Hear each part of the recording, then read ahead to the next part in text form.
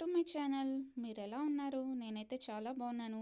So video చూస్తున్నారు కదా, ఈపాటికే మీకు అర్థమైపోయి ఉంటుంది. ఈరోజు గోంగూర రోటి పచ్చడి ఎలా చేయాలో చూద్దాం. ముందుగా గోంగూరని ప్యాన్లో వేసుకుని బాయిల్ చేసుకుందాం.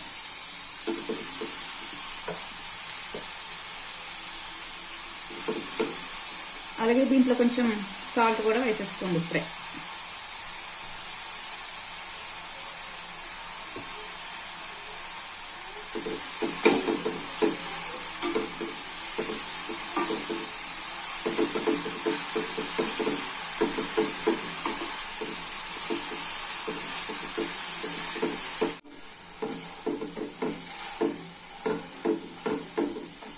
ఇలా మధ్య మధ్యలో కలుపుతూ ఉండాలండి.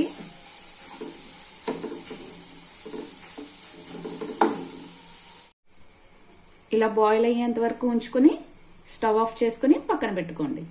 ఎండుమిరపకాయలని ఫ్రై చేసుకుందాం. ముందుగా ఆయిల్ వేసుకుందాం.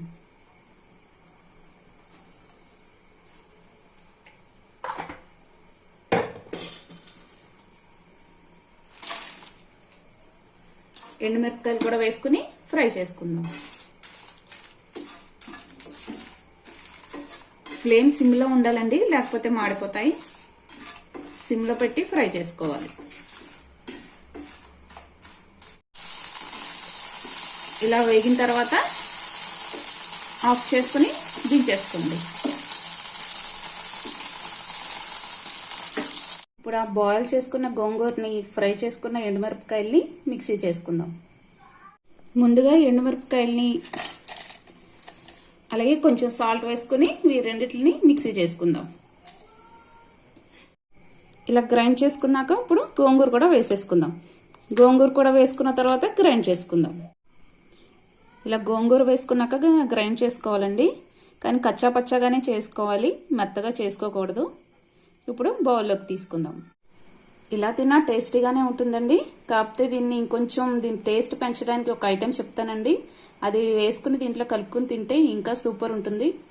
అదేంటంటే ఒక చిన్న ఉల్లిపాయ తీసుకుని దాన్ని గ్రైండ్ చేసుకుని కచ్చా పచ్చగా గ్రైండ్ చేసుకోవాలండి. అది పచ్చళ్ళలో కలుపుకోవాలి అంతే. ఇదిగోండి, ఉల్లిపాయలు కూడా కలిపేసాము పచ్చడికి. ఇంకేముంది, టేస్టీ గోంగూర పచ్చడి రెడీ. ఇది రైస్లోకి అయితే చాలా బాగుంటుందండి. ఈ వీడియో కనుక మీకు నచ్చినట్టయితే like, share and subscribe. Thank you for watching.